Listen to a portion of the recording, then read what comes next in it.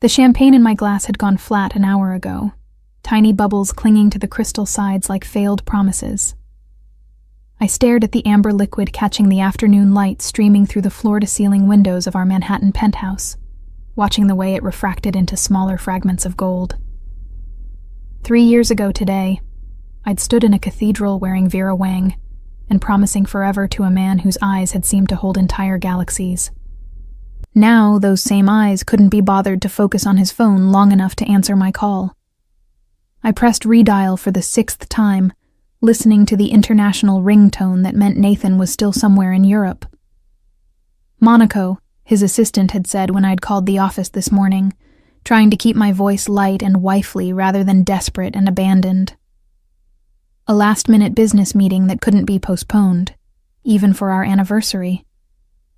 The phone rang once, twice, 3 times before clicking to voicemail. Nathan's recorded voice was smooth, professional, giving nothing away. "You've reached Nathan Carver. Leave a message." I ended the call without speaking, my reflection in the window showing a woman I barely recognized. 28 years old, wearing a dress that cost more than most people's cars, sitting alone in a penthouse that could house 6 families comfortably, waiting for a husband who had more important things to do than remember the day he'd vowed to forsake all others. The irony wasn't lost on me. I'd known what Nathan was when I married him. Known about the import-export business that was neither import nor export. Known about the meetings that happened in restaurants after hours with men whose names were never mentioned in daylight. Known about the money that moved through accounts like water through a sieve, clean on one side and crystalline on the other. What I hadn't known was how thoroughly I would disappear into the role of Mrs. Nathan Carver, how completely my own identity would be absorbed into his shadow, until I became nothing more than an accessory, perfectly maintained and strategically displayed when needed, locked away and forgotten when not. My phone buzzed with a notification. Instagram. My thumb hovered over the icon. Some sixth sense warning me not to look, but I opened it anyway. The way you press on a bruise to confirm it still hurts. Brianna's story appeared at the top of my feed, that little rainbow circle pulsing with recent activity. Brianna, 24 years old and blessed with the kind of effortless beauty that didn't require strategic contouring or expensive procedures. Brianna, who worked as a consultant for one of Nathan's legitimate businesses. Brianna, who I'd met exactly 3 times at charity galas where she'd smiled at me with perfect teeth and called me Mrs. Carver in a voice like honey poured over broken glass. I tapped her story. The image loaded slowly, each pixel a tiny betrayal assembling itself into a complete picture of my humiliation. Brianna in a white bikini that probably cost more than some people's monthly salary, her skin golden against the blue of what was unmistakably the Mediterranean.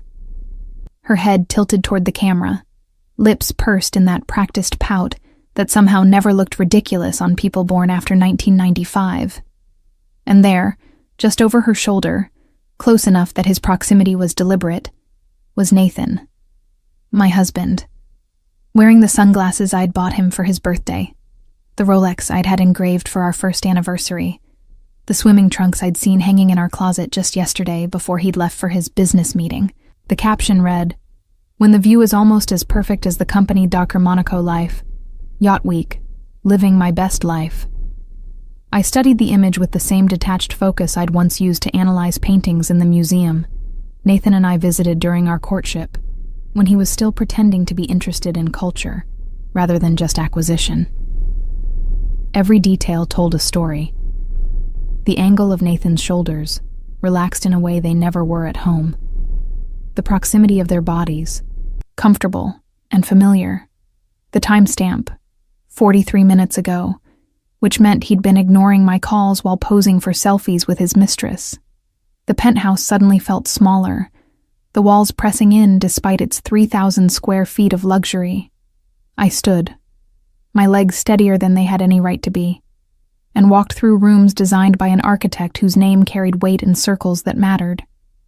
Past the Hockney in the hallway, the Kusama installation in the library, the custom furniture that had taken 6 months to manufacture in Italy. Past the wedding photos in their Tiffany frames, capturing a version of us that had never really existed outside the lens. In Nathan's study, I stopped in front of the abstract painting that dominated the wall behind his mahogany desk, a Rothko that had cost more than most people earned in a decade. I'd always hated it. The way its blocks of color seemed to bleed into each other like wounds that wouldn't heal. Nathan loved it, said it spoke to the complexity of emotion, the way different states could exist simultaneously without resolution. I reached behind it now, my fingers finding the small safe embedded in the wall that Nathan thought I didn't know about. He'd been careless once, 18 months ago, punching in the code while I stood in the doorway asking about dinner reservations. He hadn't noticed me notice, hadn't registered the way my mind had cataloged the sequence of numbers like a computer filing information for future use. The safe opened with a quiet click that sounded like a door closing on one life and opening to another. Inside, exactly where I knew it would be, sat a small silver pen drive, no larger than my thumb, but containing enough information to dismantle Nathan's entire empire. I'd discovered it by accident 6 months ago while looking for the deed to the beach house in the Hamptons, had seen the label in Nathan's precise handwriting. Insurance. I'd copied the contents onto an identical drive that night, replacing the original and hiding my copy in a hollowed-out book on our bedroom shelf, a collection of Elizabeth Barrett Browning poems Nathan had never once touched. Then I'd waited, not knowing what I was waiting for, only that someday I might need leverage, might need proof, might need a way out. Today, apparently, was that day. I grabbed both drives, the original and my copy, and left the study without looking back. In our bedroom, I pulled a small Hermes bag from my closet, the kind of understated luxury that could blend into a crowd if necessary. I packed quickly, methodically, my hands moving with the efficiency of someone who'd mentally rehearsed this moment more times than she'd admit. Designer clothes that could be sold if needed. The diamond studs my mother had given me, the only jewelry that predated Nathan. My passport, cash from the emergency fund I'd been building in small increments, enough to disappear for a while if I was careful. I left my wedding ring on the nightstand, the platinum band catching the late afternoon light the same way my champagne glass had hours earlier. Beside it, I placed my phone, the one Nathan had given me, the one whose calls and locations he could track. Let him think I was still here, still waiting, still the obedient wife in her golden cage.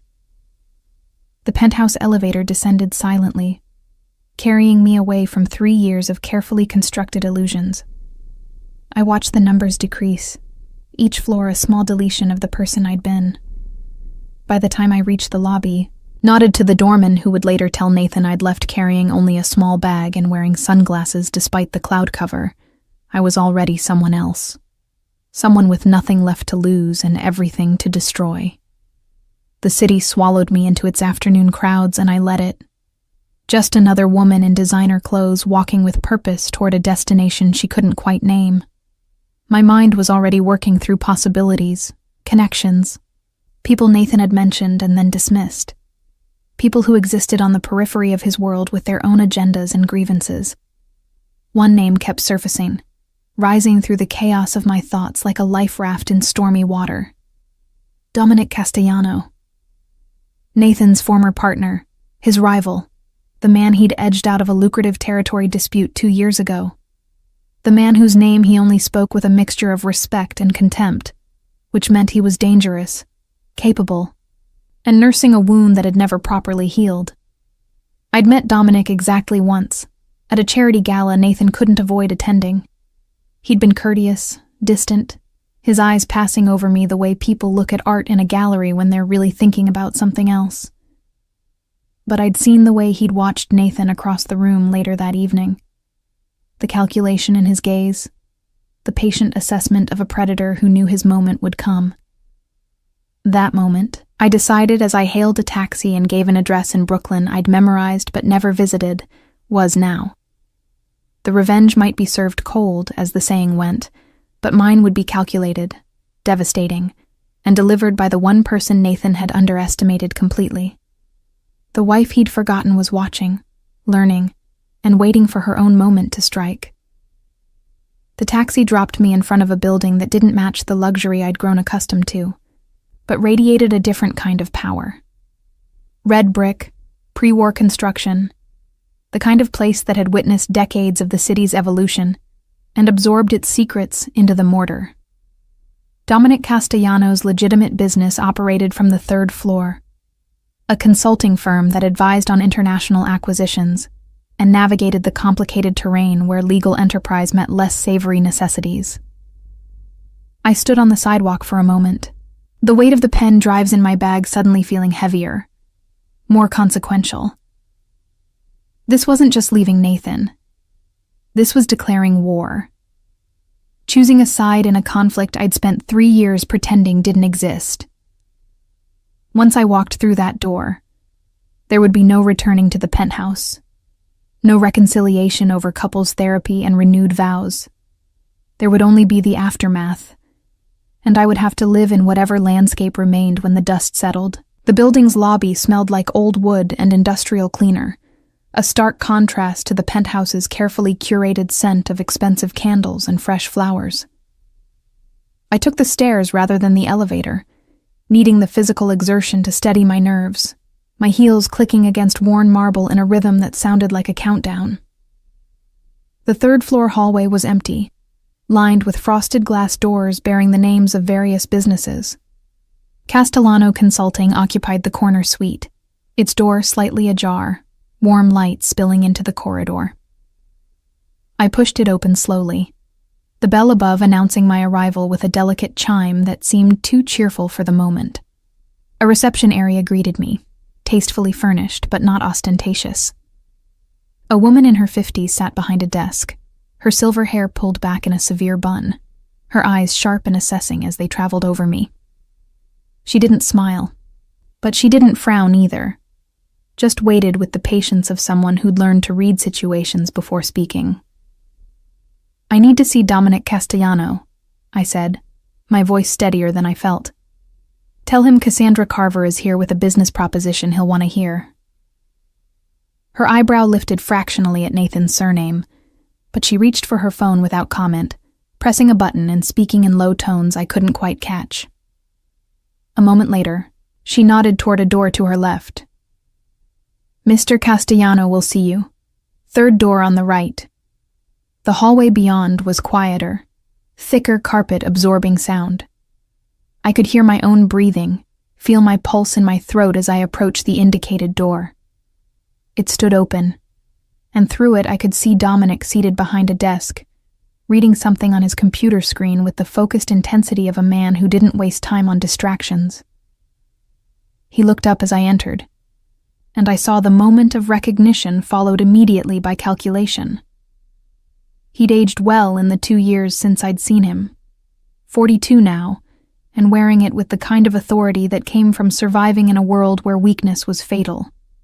His suit was impeccable, charcoal gray with a barely perceptible pinstripe, his dark hair touched with silver at the temples, his hands folded on the desk in front of him with the stillness of someone who knew the value of patience. "Mrs. Carver," he said, his voice carrying just a hint of an accent that spoke of Mediterranean roots and expensive international schools. "This is unexpected. Should I offer condolences or congratulations on whatever's brought you to my door?" I closed the door behind me and walked to the chair across from his desk, sitting without waiting for an invitation. "Neither. I'm here to offer you something you've wanted for 2 years. Nathan's complete destruction." His expression didn't change, but I saw interest flicker in his dark eyes. "That's quite an opening statement. What makes you think I want any such thing?" "Because he took the Port Authority contract from you," I said, pulling out my phone, the burner I'd purchased from a bodega 3 blocks away with cash. I opened the photo I'd screenshot of Brianna's story and turned it toward him. "And because men like Nathan don't just take territory, they take pride, reputation, the things that matter more than money. He made you look weak in front of people whose respect you need. That's not something you forgive." Dominic leaned back in his chair, his fingers steepled beneath his chin as he studied me with new interest. "You're more observant than Nathan gave you credit for, but observation and action are very different things, Mrs. Carver. What exactly are you proposing?" I reached into my bag and placed both pen drives on his desk. Everything Nathan thought was secure. Bank account numbers, Shell Corporation documentation, details of shipments and their actual contents versus declared manifests. Enough to either bury him legally or leverage him into giving you back everything he took and more. He didn't reach for the drives, didn't even look at them. His eyes stayed on me, reading something in my face that I wasn't sure I wanted him to see. Why? He's your husband. Whatever his failings, you chose him. You stayed with him for 3 years. Why turn on him now? The question hit harder than I'd expected, touching the raw place where my humiliation lived. I pulled up Brianna's story again, letting him see the full image this time. Because I called him 6 times today, our anniversary. He didn't answer once. 43 minutes after my last call, his mistress posted this from his yacht in Monaco, the yacht I thought he was too busy to take me on because of work commitments. Dominic's expression softened almost imperceptibly. Infidelity is painful, but it's hardly rare in our world. Most wives find ways to accommodate it or look the other way. What makes you different? I'm not different, I said, the truth of it settling into my bones. I'm just done. Done being invisible, done being convenient, done being the beautiful accessory he displays when it serves his purposes and ignores when it doesn't. He made me feel like nothing today, like I didn't matter enough to even warrant a text message, so I'm going to make him feel the same way when everything he's built crumbles around him. A smile ghosted across Dominic's lips, there and gone so quickly I almost missed it. Revenge, then, the oldest motivation in the world. He finally picked up one of the pen drives, turning it over in his fingers. "And what do you want in return for this information? Money? Protection? A way out of the country?" "All of that," I said. "But mostly, I want to watch him fall.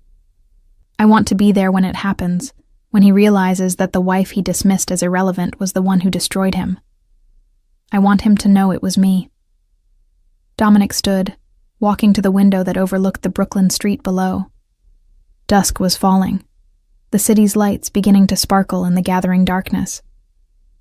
When he spoke, his voice was thoughtful, almost gentle. "You understand what you're asking for, what this will cost you. Nathan's world becomes your world. His enemies become your enemies. You'll be marked as a traitor, someone who broke the most fundamental code. There's no going back from that, no returning to civilian life." "I stopped being a civilian the day I married him," I said. "I just didn't admit it to myself until today. Now I'm choosing which side of that world I want to be on. I'm choosing yours." He turned to face me, leaning against the window frame with his arms crossed. "And you trust me? You barely know me. For all you know, I could take this information, use it, and leave you with nothing. Or worse, tell Nathan you came here and let him deal with you however he sees fit." The thought had occurred to me, had circled my mind during the entire taxi ride. But something in the way Dominic had looked at Nathan that night at the gala, something in the careful distance he'd maintained, told me he operated by a different code. "You could," I agreed, "but you won't. Because unlike Nathan, you understand that loyalty has to be earned, not demanded. And because having someone on the inside who knows all of Nathan's secrets, all his routines and weaknesses, is worth more than a simple betrayal." Dominic was quiet for a long moment, his dark eyes assessing me with an intensity that made me feel simultaneously exposed and seen for the first time in years. Finally, he nodded. Decision made. 6 months, he said. "We take 6 months to do this properly. Rushing leads to mistakes, and mistakes with Nathan lead to bodies in the river. You'll stay at one of my properties, somewhere he won't think to look, You'll work with my people, walk them through everything on these drives, fill in the gaps that documentation can't capture. And when we're ready, when every piece is in position, we move." "And then?" I asked. "And then?" Dominic said, picking up his phone and typing a rapid message. "We burn his empire to the ground and build something better from the ashes. Something legitimate, something that won't require us to constantly look over our shoulders or wonder which associate might be wearing a wire." His phone buzzed with a response, and he nodded to himself. "Marco will take you to the apartment in Red Hook. It's secure, comfortable, under a corporate lease that can't be traced back to me directly. You'll have security, discretion, and time to process what you're doing." He paused, then added more quietly, "And time to grieve, if you need it. Even bad marriages deserve mourning when they end." The unexpected kindness in his words cracked something in my carefully maintained composure. I blinked rapidly, refusing to let tears fall. Not here. Not in front of this man who needed to see me as an asset, rather than a victim. "Thank you," I managed. "Don't thank me yet," Dominic said, returning to his desk and picking up both pen drives. "We haven't done anything except agree to mutual destruction. Thank me when Nathan is in handcuffs, and you're free to rebuild your life however you choose." A knock at the door announced Marco's arrival. A compact man in his 30s with observant eyes, and the kind of stillness that suggested military training. Dominic introduced us briefly, then handed me off with instructions that were polite, but firm. I was to go nowhere without Marco's clearance, speak to no one from my old life, and resist any urge to check on what Nathan might be doing or saying. As Marco led me back through the hallway, I glanced over my shoulder once. Dominic stood in his doorway, watching me leave with an expression I couldn't quite read. Then he turned back into his office, and I heard the quiet click of his door closing, a sound that felt like a seal being set on a contract, written in consequences and revenge. The apartment in Red Hook was beautiful in an understated way. Exposed brick and high ceilings, furniture that managed to be both comfortable and sophisticated. Marco showed me the security features, the panic button by the bed, the reinforced door, the cameras monitoring the hallway. Then he left me alone with my thoughts, and the gathering night pressing against the floor-to-ceiling windows. I stood in the center of the living room, still wearing the dress I'd put on that morning when I'd still believed Nathan might remember our anniversary, might come home early with flowers and apologies and promises to do better.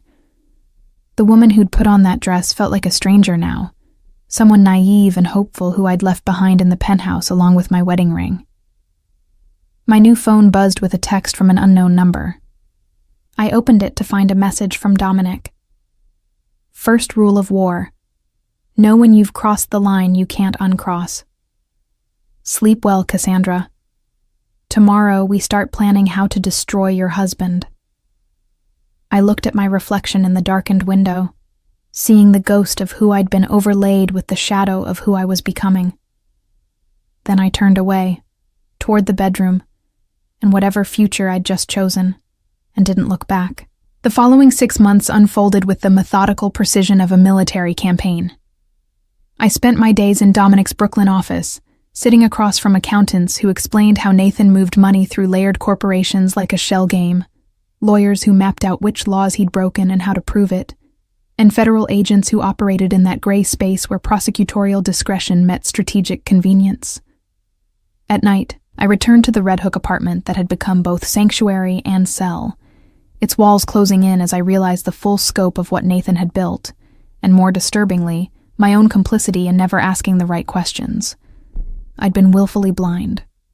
I understood now. Choosing ignorance because knowledge would have required action, I wasn't ready to take.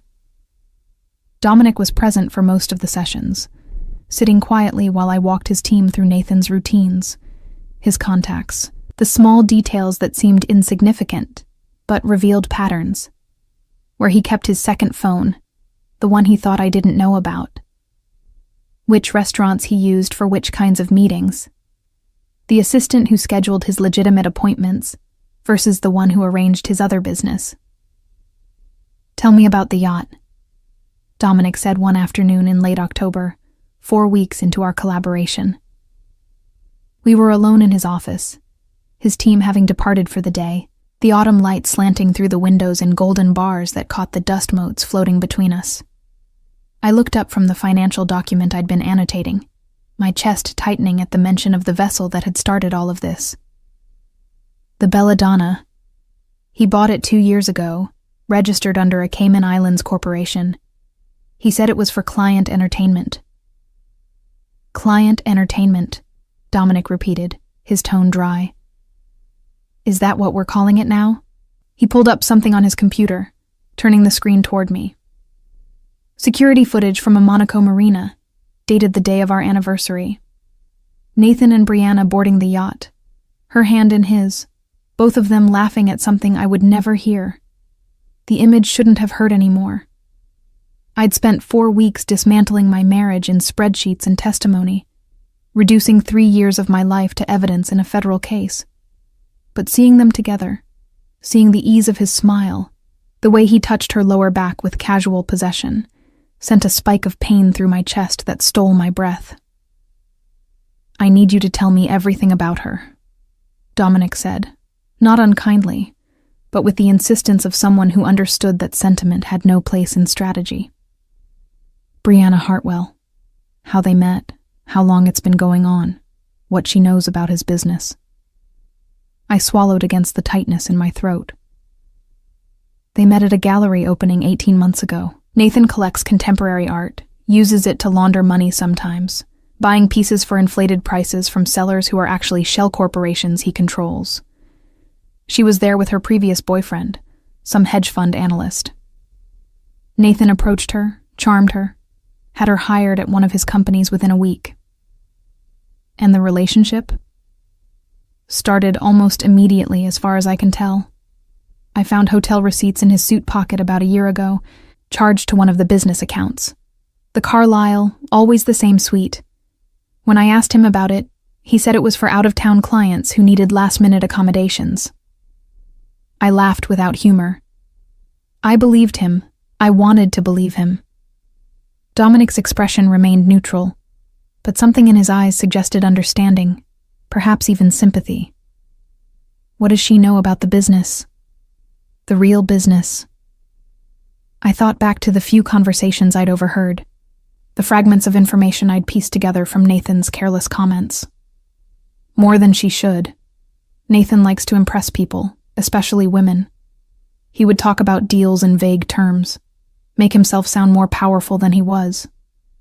I think he told her about the Port Authority contract, about beating you for it. She mentioned it once at a gala, asked me if I was excited about Nathan's big victory over his competitor. For the first time since I'd known him, I saw genuine emotion flicker across Dominic's face. Anger, quickly controlled but unmistakable. Did he tell her how he won that contract? The details? I don't know, I admitted. But she's not stupid, and she's ambitious. If Nathan was using her as a sounding board, confiding in her the way husbands confide in wives, she could know a lot. Everything, possibly. Dominic stood, pacing to the window in a movement that had become familiar over our weeks of working together. He was a pacer when he thought, I'd learned, someone who needed physical movement to process information. Then she's a liability to him. And liabilities have a way of becoming problems that need solving in Nathan's world. The implication made my stomach turn. You think he'd hurt her? I think Nathan does what's necessary to protect himself, Dominic said carefully. And if he suspects we're building a case, if he starts to feel the walls closing in, he'll eliminate anything that could be used against him. That includes mistresses who know too much. A thought occurred to me, cold and calculating, the kind of strategic thinking I'd been developing under Dominic's tutelage. Unless she turns on him first, unless she decides her own freedom is worth more than whatever loyalty she feels to a married man who'll never leave his wife. Dominic turned from the window, looking at me with new appraisal. You want to flip her. Use her testimony to strengthen the case. I want her to understand what I've learned, I said. That Nathan Carver protects Nathan Carver, and everyone else is expendable, including beautiful 24-year-old consultants who think they're special because they got a ride on his yacht. A smile curved Dominic's lips, predatory and approving. That's good. That's the kind of thinking that wins wars. He returned to his desk, pulling up a file on his computer. The federal prosecutor on Nathan's case is a woman named Sarah Chen. She's built her career on RICO cases, taking down organized crime families. She'd love to have someone like Brianna as a witness, someone young and sympathetic who can testify about how Nathan seduced and manipulated her. Will she go for it? I asked. Brianna, I mean. She must know what kind of man Nathan is by now. People know a lot of things they choose not to acknowledge, Dominic said, looking at me meaningfully. Until circumstances force them to see clearly. You're proof of that. The words stung, because they were true. I had known on some level exactly who and what Nathan was. I'd just chosen the comfort of willful ignorance over the difficulty of uncomfortable truths. Until he'd made that choice impossible by humiliating me so completely that self-deception was no longer an option. Over the next 2 weeks, Dominic arranged for Sarah Chen to accidentally encounter Brianna at her favorite yoga studio in Tribeca. The federal prosecutor was good at her job, skilled at reading people and finding their pressure points. Within a week, Brianna had agreed to a preliminary conversation, attracted by the promise of immunity in exchange for testimony. I watched the video of that first interview from Dominic's office, Sarah Chen's team having set up cameras with Brianna's reluctant consent. She looked younger than her 24 years, her beauty somehow diminished by the harsh lighting of the federal building's conference room. She kept touching her necklace, a nervous gesture that suggested uncertainty beneath her composed exterior. Tell me about Nathan Carver, Sarah Chen prompted, her voice neutral, non-judgmental. How would you describe your relationship with him? Brianna's eyes flickered toward the camera, then away. We're close. He's been a mentor to me, professionally. Just professionally? A long pause, the sound of Brianna's breathing audible in the quiet room. We've been involved romantically for about 18 months. I know he's married. I know it's wrong. But he said his marriage was over, that they stayed together for appearances but lived separate lives. I felt Dominic's eyes on me, assessing my reaction. I kept my face carefully blank, refusing to give him the satisfaction of seeing how much the confirmation still hurt. I'd known, of course, but hearing it stated so matter-of-factly, reduced to simple declarative sentences in a federal interview, made it real, in a way my own suspicions never had. Did Mr. Carver discuss his business with you? Sarah Chen continued. Sometimes. He liked to talk about his deals, make himself sound important. Brianna's voice carried a note of bitterness now, the first crack in her composed facade. He told me about beating out Dominic Castellano for some shipping contract, how he'd outsmarted everyone. He was proud of it. Did he explain how he won that contract? Brianna hesitated, legal survival warring with whatever loyalty she still felt toward Nathan. Finally, self-preservation won. He said he had people in the right places, that he knew how to make sure the decision-makers voted the right way. When I asked what that meant, he laughed and said some people respond better to carrots and others to sticks. Sarah Chen leaned forward. Brianna, I need you to be very clear. Did Nathan Carver admit to bribing or threatening officials to secure that contract? Another pause, longer this time. Then, quietly, yes. I watched Dominic's reaction, saw the satisfaction flash across his face before he controlled it. This was what we needed. Corroboration from someone Nathan had trusted, someone he'd been careless around because he'd underestimated her importance. The interview continued for another hour, Brianna gradually revealing more as Sarah Chen skillfully extracted information, like a surgeon removing poison from a wound.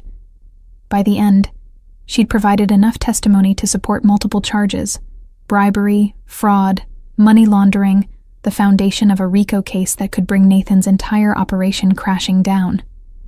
"She'll need protection," I said when the video ended. "When Nathan finds out she's cooperating, he'll try to silence her." Dominic nodded. "Witness protection, new identity, relocation. The federal government is very good at making people disappear when they need to. She'll testify, and then she'll vanish into whatever life she builds with her second chance." "And us?" I asked. "When do we get our second chances?" He looked at me for a long moment, something shifting in his expression. Over the past 6 weeks, our relationship had evolved beyond simple alliance. We spent hours together daily, working through the complexities of Nathan's empire, planning strategy, occasionally sharing meals in his office when sessions ran late. I'd learned that Dominic drank his coffee black, that he had a sister in Milan he called every Sunday, that he'd once wanted to be an architect before his father's death pulled him into the family business. And he'd learned things about me, too. That I took my tea with honey and lemon, that I'd studied art history before meeting Nathan, that I sometimes woke at 3 a.m. from nightmares about being trapped in the penthouse's glass walls. We'd built something in those hours, understanding perhaps, or recognition of kinship between two people who'd chosen difficult paths for complicated reasons. "Our second chances start when Nathan is behind bars," Dominic said quietly. "When you're legally free of him and safe from any retaliation. When we've dismantled everything he built and proven that people who break their word, who betray their partners and dismiss their wives, eventually face consequences." "Revenge," I said, echoing our first conversation. "Justice," he corrected. "There's a difference, even if the end result looks similar." As autumn deepened into winter, the case against Nathan solidified into something prosecutable, indictable, inevitable. Sarah Chen filed charges in early December, targeting not just Nathan, but his entire network, associates, and shell corporations, and the web of corruption he'd spent years constructing. The indictment was sealed, the arrests planned for early January, giving Nathan just enough time to relax into the holiday season before the walls came crashing down.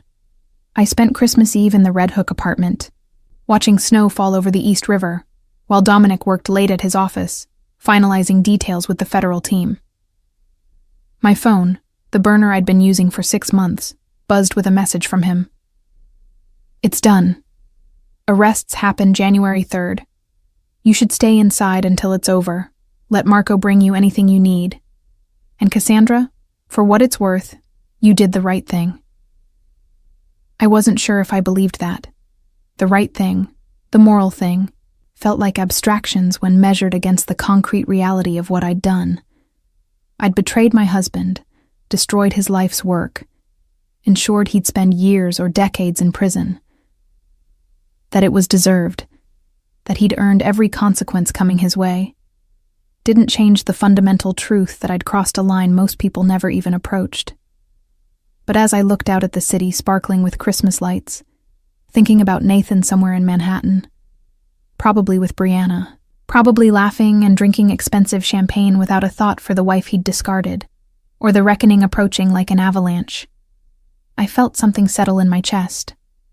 Not quite peace, but purpose. Not quite forgiveness for myself, but acceptance of who I'd become and what I'd chosen. Tomorrow was Christmas. In 9 days, Nathan's world would end. And somewhere in the aftermath, I would have to figure out how to build a new life from the ruins of the old one, a life where I was defined by my own choices rather than someone else's convenience. The snow continued to fall, covering the city in white, and I watched until the lights blurred and sleep finally claimed me in the chair by the window, my phone still clutched in my hand, waiting for the new year and everything it would bring. January 3rd arrived with the kind of cold that turned the city brittle, bare trees crackling in the wind off the river. I woke early, before dawn, too anxious to sleep, despite having nowhere to be. Nothing to do except wait for news that Nathan had been arrested. Marco had stationed himself outside my apartment door since midnight. a silent sentinel ensuring I stayed safe and stayed put. Dominic had been explicit in his instructions. I was to remain inside, avoid windows, speak to no one. Nathan's arrest would happen simultaneously with dozens of others, a coordinated sweep designed to prevent anyone from warning others or destroying evidence. But until it was complete, until every target was in custody, I was vulnerable. A loose end that Nathan might try to tie up if he suspected what was coming. My phone buzzed at 6:17. Dominic. It's happening now. FBI executing warrants across the city. Nathan's penthouse is first. Stay where you are. I imagined the scene I wasn't witnessing. Federal agents swarming the building I'd called home, flashing badges at the doorman who'd greeted me every morning for 3 years, taking the private elevator to the penthouse where Nathan was probably still in bed. Maybe alone, maybe with Brianna, though she'd supposedly been relocated to a safe house pending her testimony. Another text, 30 minutes later. He's in custody. Resisted initially, but his lawyers convinced him to cooperate. They're processing him now, booking, fingerprinting, the whole production. You're safe, Cassandra. It's over. But it wasn't over. Not really. This was just the beginning of a different kind of war. One fought in courtrooms and depositions, in plea negotiations and witness testimony. The part where Nathan would fight back with every resource at his disposal, hiring the best defense attorneys money could buy, using his connections to try to discredit witnesses and poke holes in the prosecution's case. The part where I would have to decide how visible I wanted to be, whether to testify publicly or remain in the shadows, letting the evidence speak for itself while I rebuilt my life somewhere Nathan couldn't reach. Dominic arrived at my apartment that afternoon, looking tired but satisfied, his usually immaculate appearance slightly rumpled after what I assumed had been an all-night coordination session with the federal team. Marco let him in without comment, then disappeared down the hallway to give us privacy. "Show me," I said, before he could speak. He pulled up a news article on his phone, turning it toward me. The headline read, "Massive federal bust targets organized crime network. Prominent businessman Nathan Carver, among dozens arrested." Below it, a photograph of Nathan in handcuffs, being led from the penthouse I'd once thought of as home. His face was composed, carefully blank, but I could read the fury in the set of his jaw, the calculation in his eyes as he assessed the cameras and reporters surrounding him. "He knows," I said, studying the image. "He knows someone gave him up. He'll be trying to figure out who, running through the possibilities." "Let him wonder," Dominic replied, taking his phone back. "The investigation was thorough enough that there are multiple potential sources. Your information was critical, but it wasn't the only piece. We had surveillance, financial forensics, testimony from people he'd pressured or bribed over the years. He'll suspect a lot of people before he thinks of you." "Because I'm just the wife," I said bitterly. Too insignificant to be capable of bringing him down. Dominic's hand covered mine where it rested on the table between us, the first time he'd touched me beyond professional necessity. His palm was warm, calloused in a way Nathan's never had been. The hands of someone who'd built things, rather than just acquiring them. "You were never insignificant, Cassandra." Nathan's failure was in not recognizing what he had until it was too late. I looked up, meeting his dark eyes, seeing something there that made my pulse quicken in a way that had nothing to do with fear or vengeance. Over the past 6 months, Dominic had been my ally, my teacher, my confessor in moments when the weight of what I was doing threatened to crush me. But somewhere in those long hours of collaboration, something else had developed. A connection I'd been carefully not examining too closely. "What happens now?" I asked, my voice softer than I intended. "Now we wait for the trial," he said, not moving his hand from mine. "Sarah Chen thinks it'll be scheduled for late spring, early summer. 6 months, maybe 8, for both sides to prepare. Nathan will try to make a deal, offer to give up associates in exchange for a reduced sentence. But the evidence is strong enough that the prosecutors don't need to negotiate. They'll push for the maximum, make an example of him. And Brianna? Already in witness protection. New name, new city, new life. She'll testify via video link, face obscured, voice modulated. By the time the trial happens, she'll be so deep in her new identity that even if someone wanted to find her, they couldn't. He paused, then added more quietly, "She asked about you, actually. Wanted to know if you were safe, if you blamed her for the affair." The question surprised me. I'd spent so much energy hating Brianna, resenting her youth and beauty, and the effortless way she'd captured Nathan's attention. But now, knowing she'd been used just as thoroughly as I had, knowing she'd found the courage to testify despite the risk, I felt something closer to sympathy than anger. "Tell her," I said carefully, "that we were both victims of Nathan's particular brand of selfishness, that I hope her new life gives her the fresh start she deserves." Dominic smiled, approval warming his features. "You're more generous than most people would be in your position." "I'm tired of carrying hate," I admitted. "It's exhausting, burning energy on resentment when I could be using it to build something new." "Speaking of building something new," Dominic said, releasing my hand and pulling out a folder from his briefcase. "I have a proposition for you, the legitimate kind, nothing illegal or morally questionable." I raised an eyebrow, curiosity piqued. "I'm listening." He spread several documents across the table, architectural renderings and business plans, financial projections with numbers that made my head spin. "When this is over, when Nathan's assets are seized and liquidated to pay restitution to his victims, there will be opportunities. Properties sold at auction, businesses needing new management, pieces of his empire that can be repurposed for legal enterprises. I'm positioning myself to acquire several of them, convert them into legitimate operations." "That's smart," I said, studying the renderings. One showed a warehouse conversion into luxury apartments, another a restaurant space in Brooklyn. "But what does it have to do with me?" "I need a partner," Dominic said simply. "Someone who understands how Nathan's network operated, who has the intelligence and strategic thinking to help me transform these assets into something profitable and legal. Someone I can trust, which is a rare commodity in my world." He met my eyes. "I need you, Cassandra. Not as an employee or a consultant, but as an equal partner in building something better." The offer stunned me into silence. I'd spent 6 months dismantling my old life, preparing for Nathan's downfall. But I'd given almost no thought to what came after. I'd vaguely imagined returning to school, maybe finishing the art history degree I'd abandoned when I married Nathan, finding some quiet job in a gallery or museum where I could hide from my past. But this was different.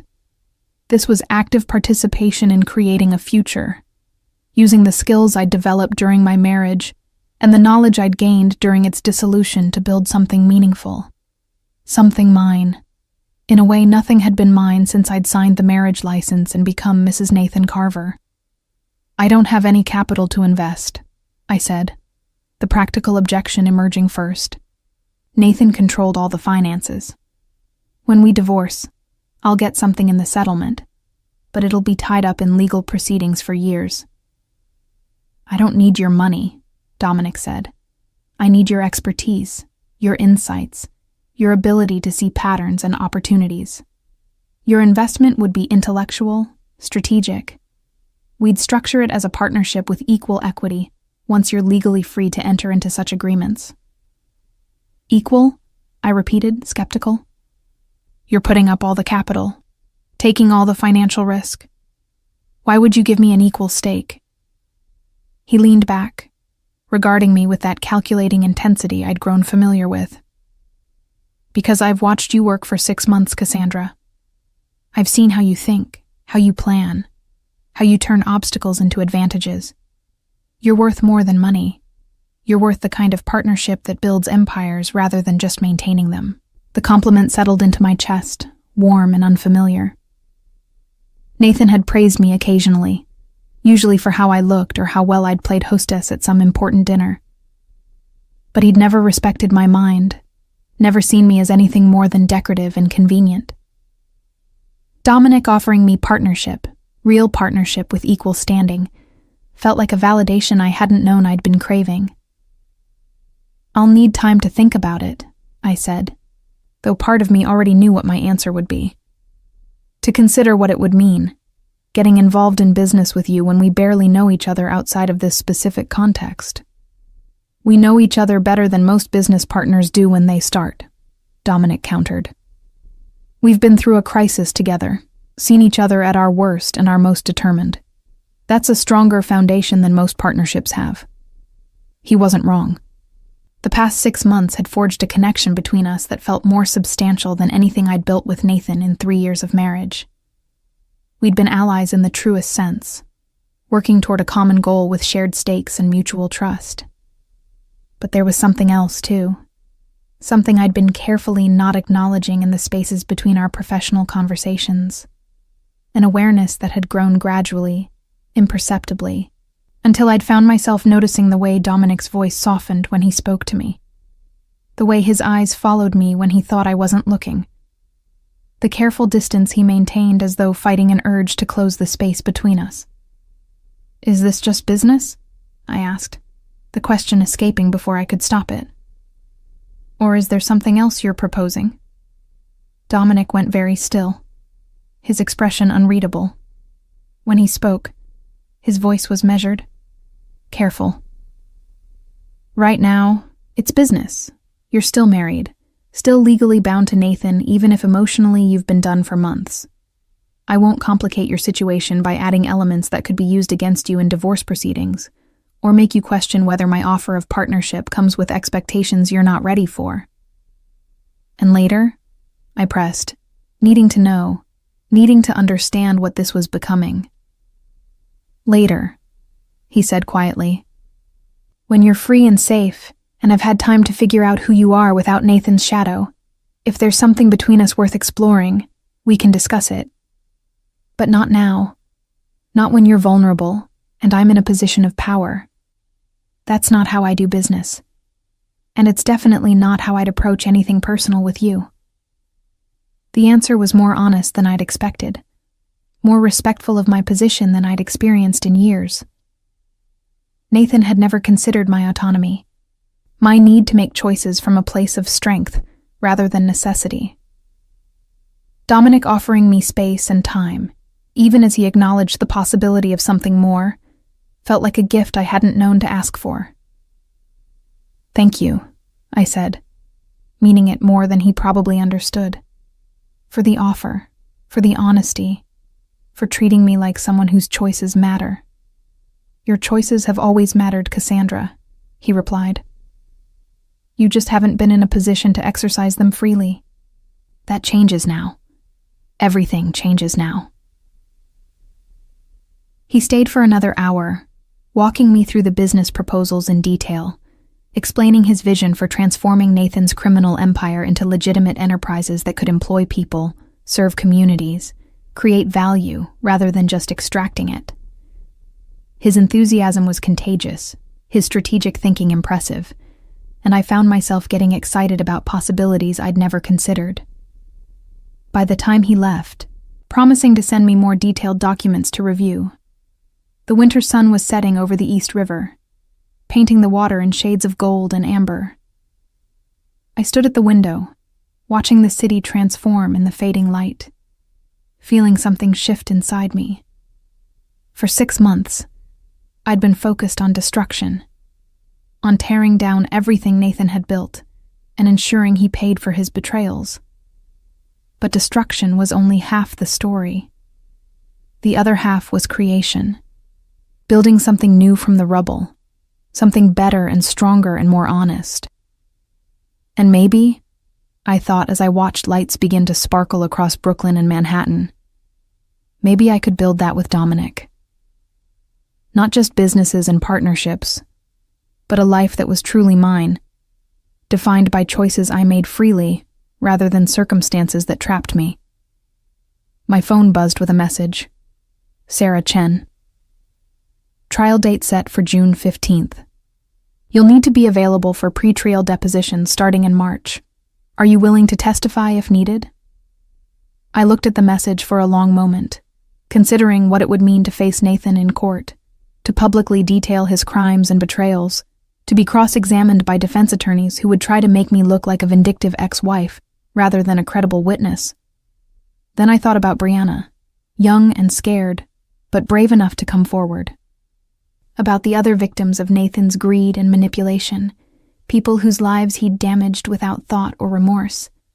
About the woman I'd been 6 months ago, waiting by the phone for a husband who couldn't be bothered to remember their anniversary. I typed my response. Yes, I'll testify. Whatever you need to put him away for a long time. The reply came quickly. Good. We'll make him regret the day he underestimated you. I smiled at that, feeling a fierce satisfaction settle in my bones. Nathan had made many mistakes, but his biggest had been assuming that because I was quiet, I was weak. Because I was patient, I was passive. Because I loved him, I would accept anything. He was about to learn exactly how wrong he'd been. The months between Nathan's arrest and the trial were a strange limbo of waiting and preparation. I moved through depositions and strategy sessions with Sarah Chen's team, recounting details of my marriage with the clinical detachment of someone describing a historical event rather than 3 years of her life. The prosecutor was brilliant, ruthless in her preparation, drilling me on every possible question the defense might ask, every angle they might use to discredit my testimony. They'll paint you as a scorned woman seeking revenge, she warned during one particularly grueling session in late March. They'll suggest you fabricated evidence or misinterpreted innocent business dealings because Nathan was unfaithful. You need to stay calm, stick to facts. Don't let them provoke an emotional response. I practiced my testimony until the words felt mechanical, drained of feeling. My name is Cassandra Carver. I was married to Nathan Carver for 3 years. I discovered evidence of illegal activities including money laundering, bribery, and fraud. I provided this evidence to federal authorities because I believed it was the right thing to do. Simple, factual, unassailable. But at night, alone in the Red Hook apartment that had become less sanctuary and more waiting room, the emotional reality was harder to manage. I dreamed of the penthouse sometimes, of the life I'd walked away from, not missing it exactly, but grieving the woman who'd believed in it. The woman who'd thought love was enough, that if she was patient and beautiful and accommodating, Nathan would eventually see her value and choose her over his empire and his appetites. Dominic became my anchor during those months, stopping by the apartment several evenings a week ostensibly to discuss business, but really, I suspected, to make sure I wasn't drowning in the isolation of my circumstances. We reviewed the properties he was positioning to acquire, planned the conversions and renovations, discussed hiring strategies, and market positioning. But we also talked about other things. His childhood in Milan before his family immigrated to New York. My college years studying art history, the thesis I'd abandoned halfway through about the use of domestic spaces in Renaissance painting.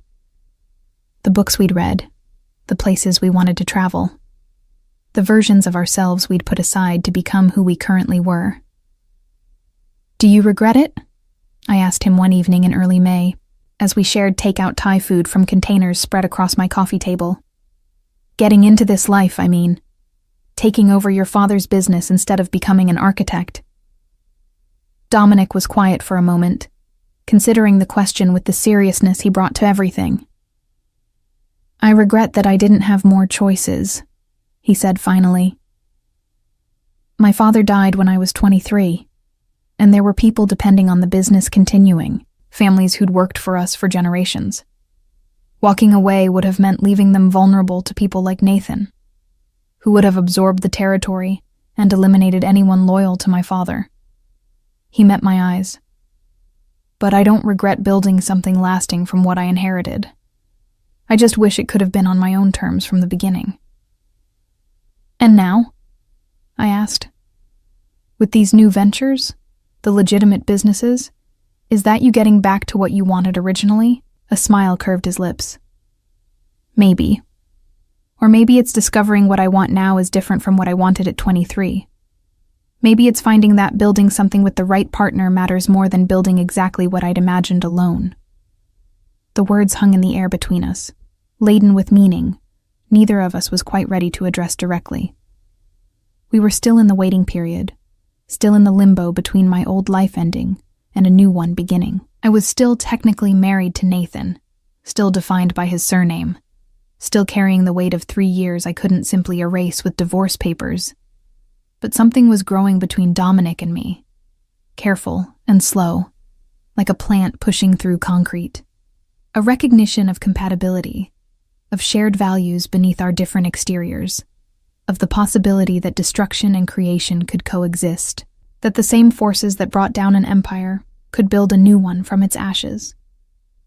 The trial began on June 15th as scheduled, in a federal courthouse in Lower Manhattan, where security was tight and media presence was overwhelming. Nathan had retained a team of high-priced defense attorneys who argued for dismissal, for suppression of evidence, for anything that might derail the prosecution's case. But Sarah Chen was prepared for every maneuver, her case built on the foundation of months of investigation and testimony from multiple witnesses. I attended the trial but didn't testify in the first week, listening instead as forensic accountants explained money laundering schemes, as former associates described Nathan's methods of controlling territory and eliminating competition, as FBI agents detailed the evidence collected during the investigation. Nathan sat at the defense table in expensive suits, his expression carefully neutral, occasionally conferring with his attorneys but never looking toward the gallery where I sat surrounded by federal marshals. Brianna testified on day 8, via video link as planned, her face obscured and voice modulated to protect her new identity. She was nervous but credible, describing the 18-month affair with devastating honesty, recounting conversations where Nathan had boasted about outsmarting rivals and corrupting officials, detailing the gifts and promises he'd made to secure her loyalty. The defense tried to paint her as a money-hungry seductress who'd targeted a married man for financial gain. But Sarah Chen had anticipated the strategy. She introduced evidence of Brianna's modest background, her student loans and entry-level salary, the fact that Nathan had pursued her rather than the other way around. By the time Brianna's testimony concluded, the jury looked sympathetic rather than skeptical, seeing her as another of Nathan's victims rather than his accomplice.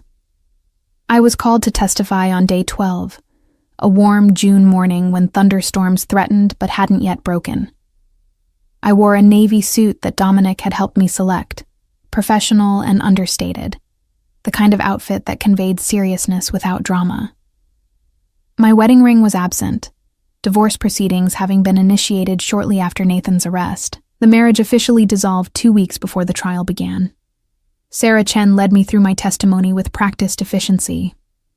How I'd met Nathan, the courtship and marriage, the gradual realization that his businesses weren't what they appeared, the discovery of the pen drives, the decision to copy the information, the moment I'd decided to leave after seeing Brianna's Instagram post.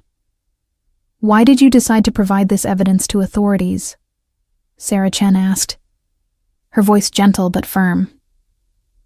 I looked directly at the jury, 12 people who would decide Nathan's fate, who held in their hands the power to validate everything I'd sacrificed.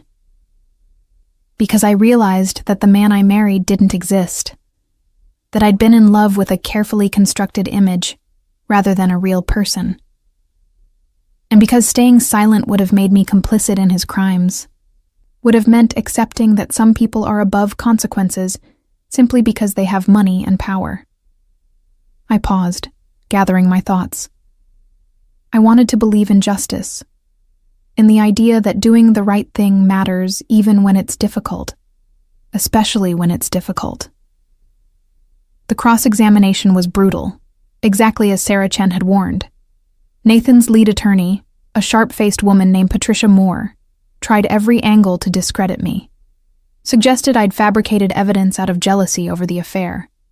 Implied I'd seduced Dominic Castellano and partnered with him to eliminate Nathan as business competition. Questioned why I'd waited months to come forward if I'd truly discovered criminal evidence.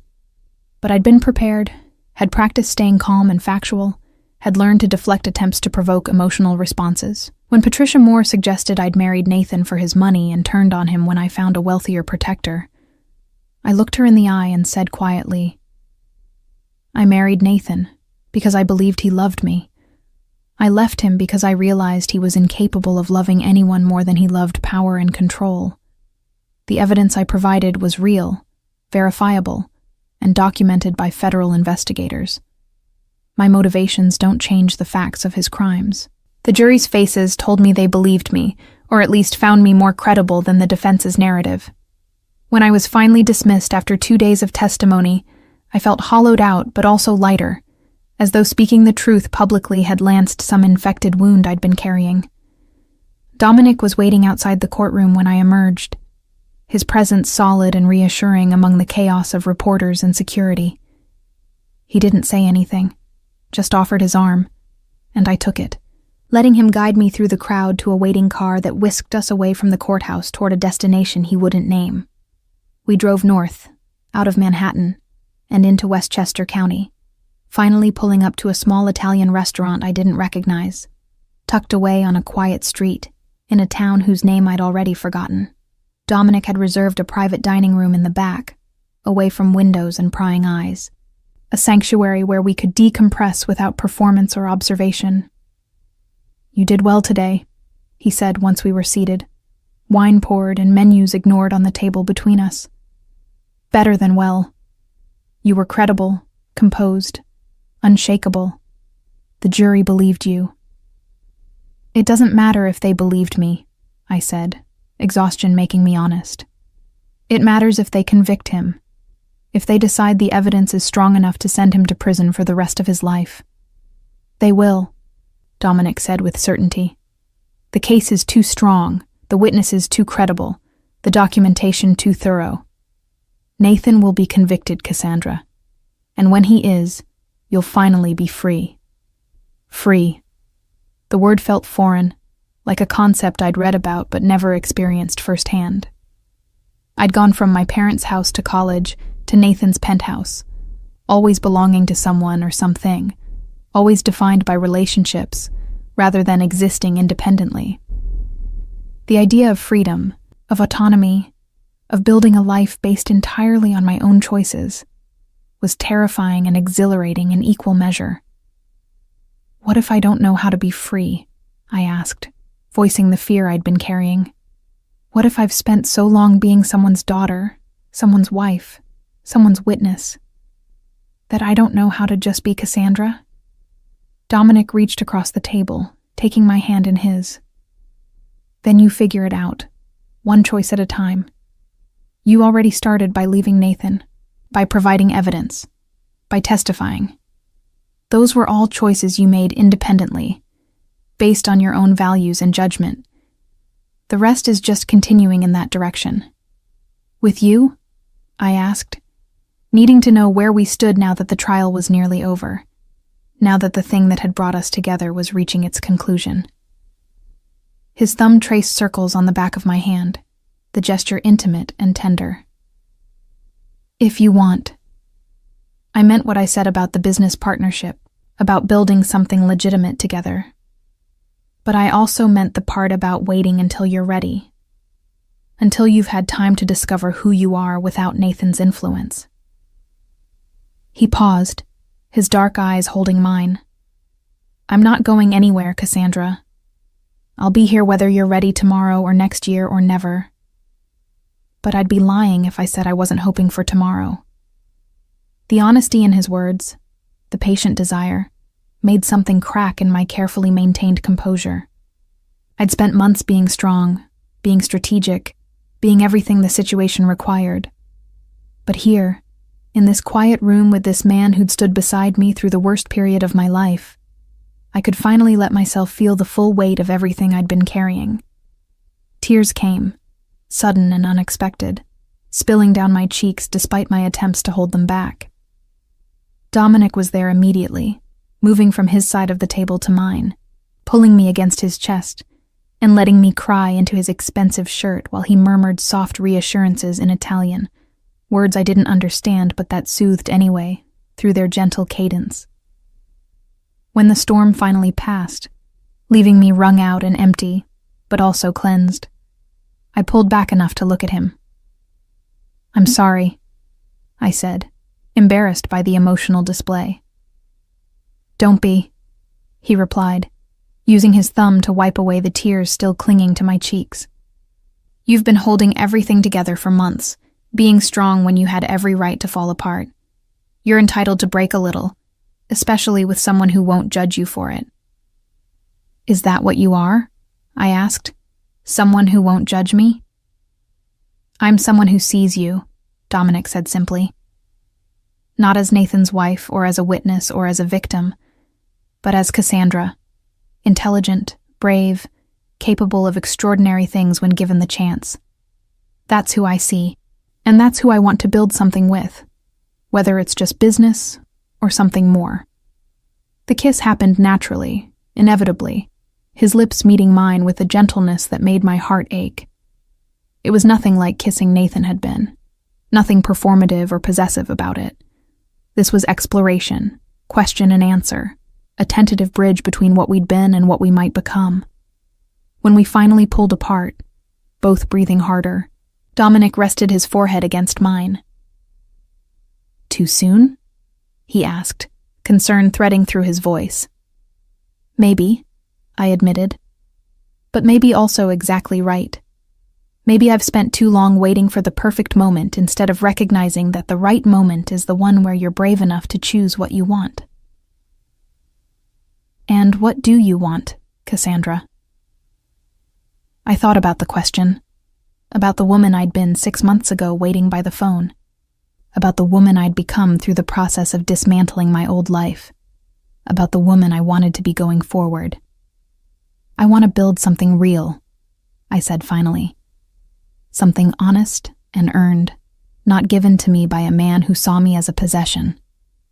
I want to be your partner, in business and maybe eventually in life, if we can figure out how to make that work." I pulled back enough to meet his eyes, but I also need time to learn how to stand alone before I can properly stand beside someone. Does that make sense? "Perfect sense," Dominic said, smiling. "We'll take it slow, build the business first. Let the rest develop naturally as you figure out your own footing. I'm patient, Cassandra. I've waited 2 years to get revenge on Nathan. I can wait however long it takes for you to be ready for something more." The trial concluded 3 weeks later with a guilty verdict on all counts. Nathan showed no emotion as the jury foreman read each one, his face a mask of careful neutrality, even as his world collapsed around him.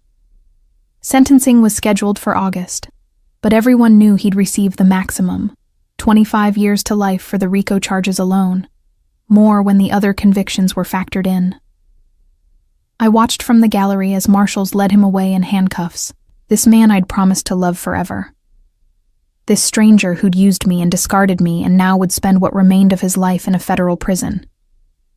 I waited to feel triumph, satisfaction, the sweet taste of revenge fully realized.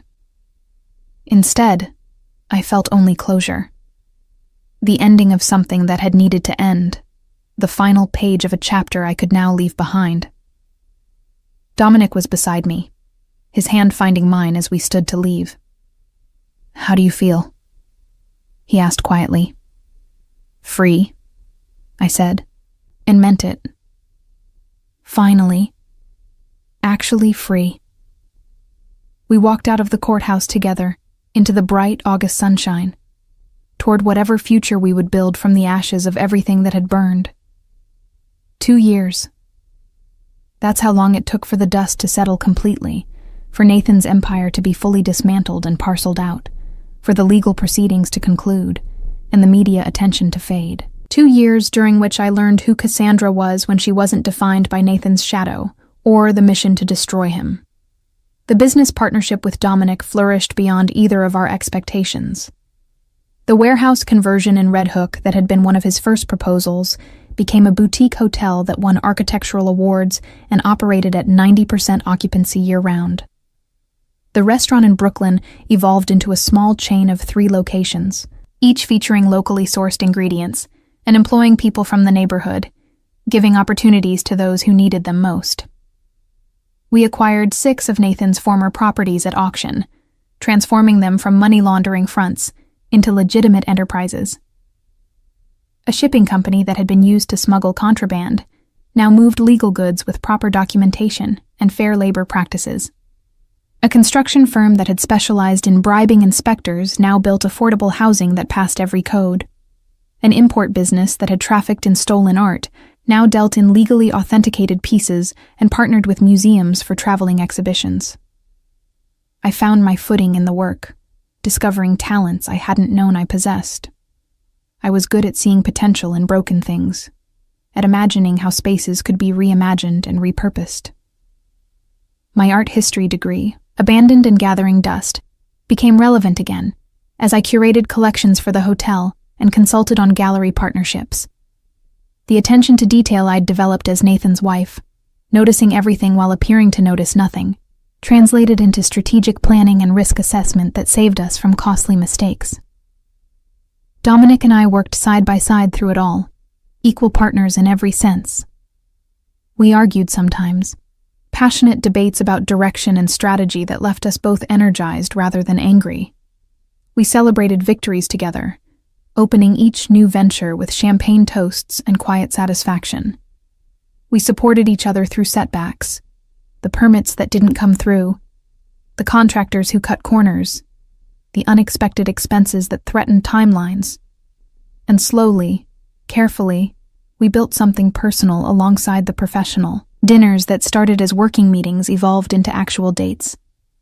Good night texts became good morning calls. The careful distance we'd maintained began to close, inch by careful inch, until the night I invited him to stay after he'd walked me home from a gallery opening, and he'd said yes without hesitation. Making love with Dominic was nothing like the mechanical coupling I'd experienced with Nathan.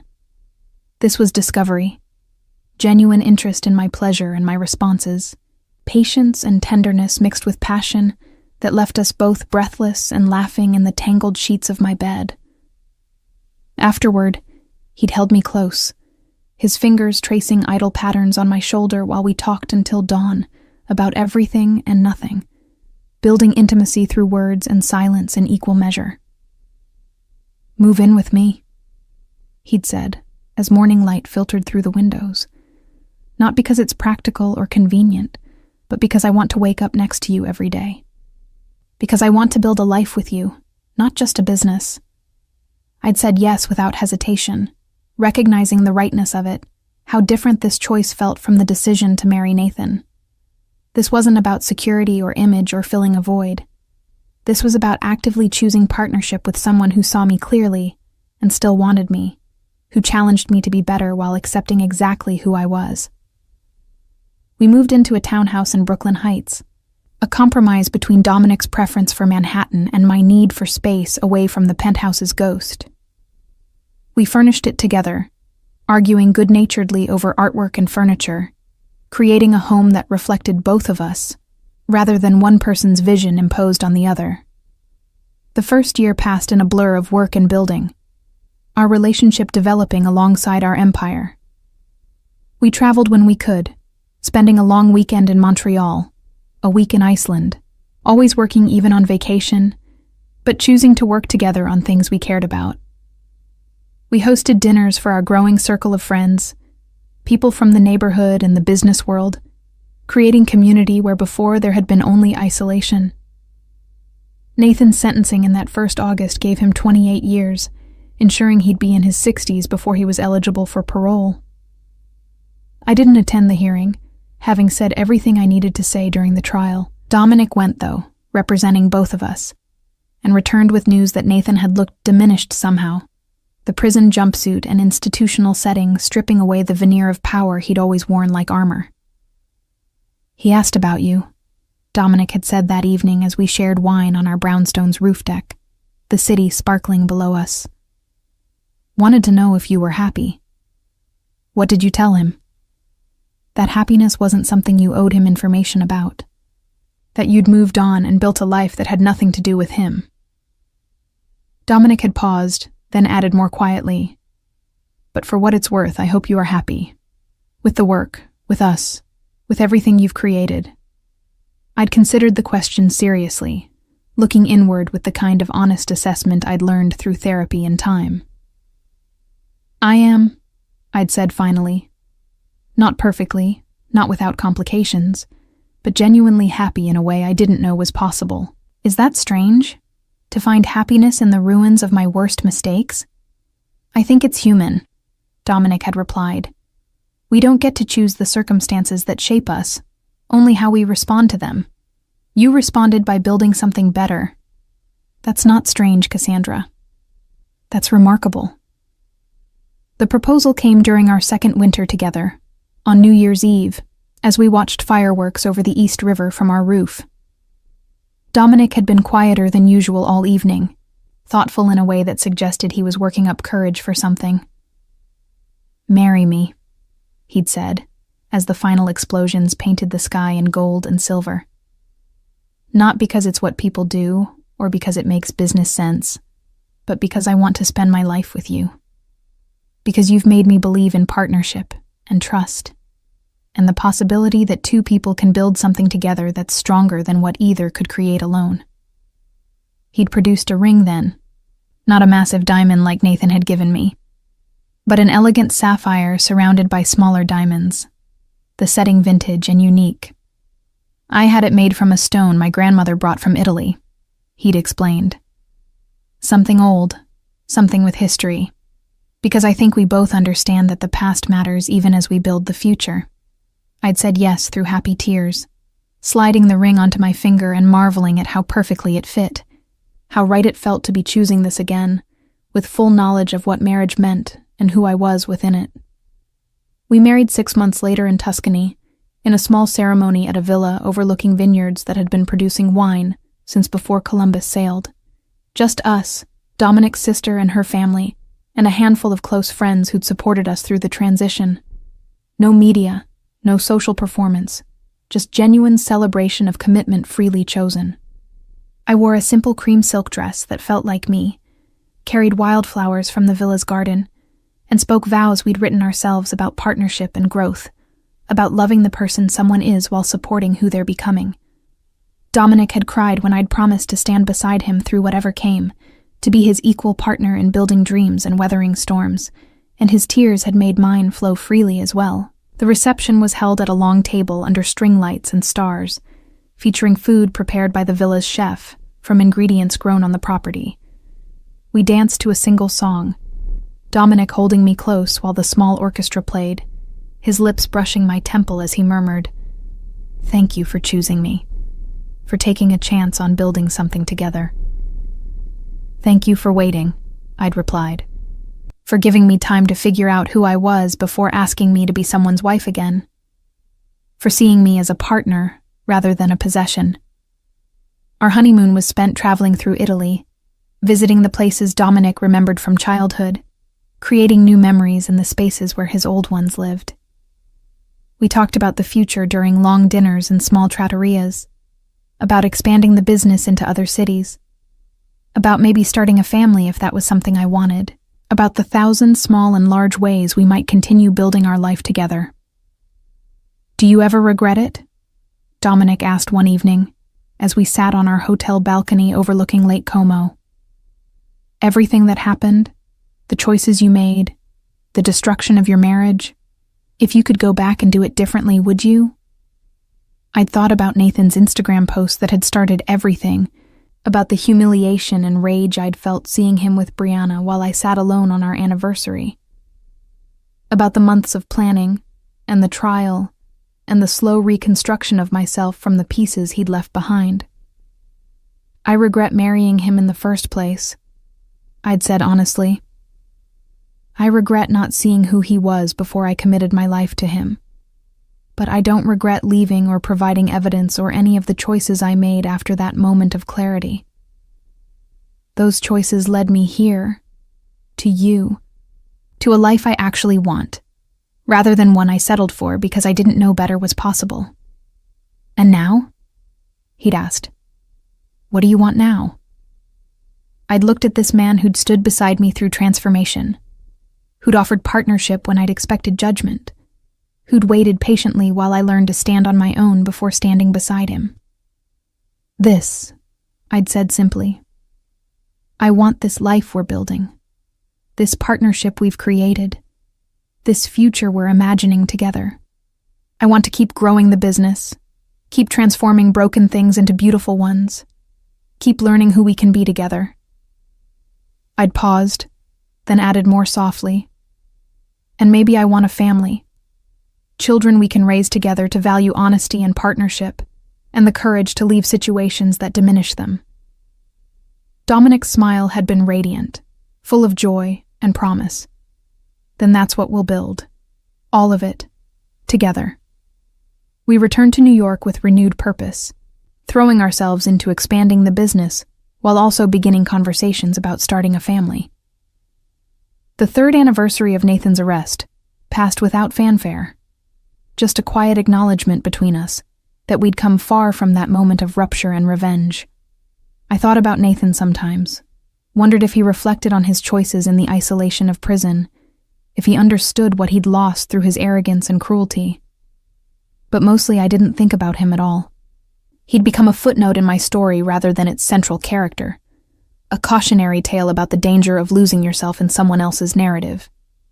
The woman I'd been, waiting by the phone for a husband who couldn't be bothered to remember their anniversary, felt like a stranger now. She'd been so small, I realized, so diminished by her own choice to accept less than she deserved, because she didn't know she could demand more. I felt compassion for her, that younger version of myself, but also gratitude that she'd found the courage to leave, to choose destruction over continued diminishment. On a warm June evening, 4 years after Nathan's arrest, Dominic and I stood on the roof of our Brooklyn Heights townhouse, looking out over the city that had witnessed both my destruction and reconstruction. His arm was around my waist, my hand resting on my gently swelling abdomen where our daughter grew. A new life created from love and partnership rather than manipulation and control. "Happy?" he asked, the question he'd asked countless times.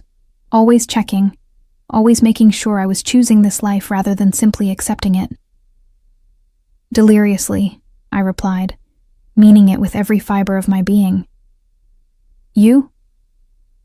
"More than I ever thought possible," he said, his hand covering mine on my belly, both of us connected to the future we were creating. "Thank you for taking a chance on us, on building something new from everything that burned."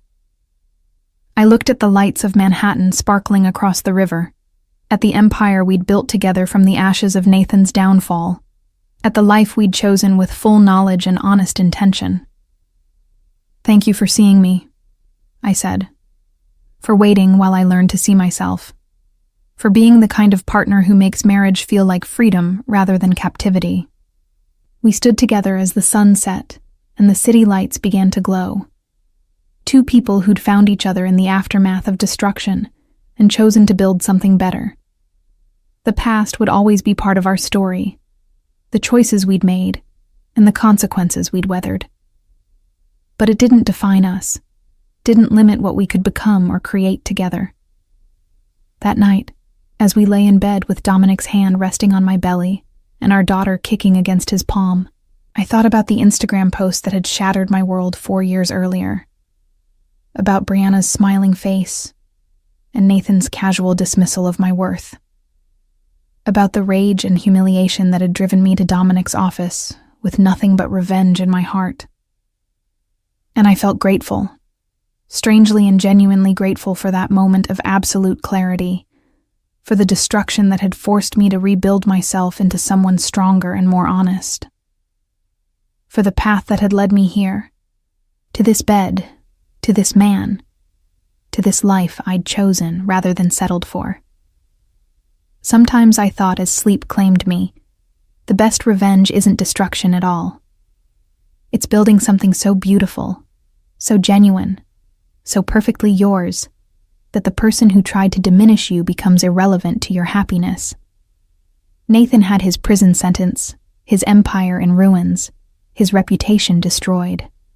But my revenge, the one that truly mattered, was this. I was happy. Genuinely. Completely. Freely happy in a way I'd never been with him. And he would spend the rest of his life knowing that the wife he'd dismissed as irrelevant had not only destroyed him, but had built something better from the ruins. Something he could never touch or diminish or take away. That was victory. That was freedom. That was the future I'd chosen. And it was more beautiful than anything I could have imagined in those dark days of planning his downfall. The past was done. The revenge was complete. And now, finally, beautifully, I could simply live.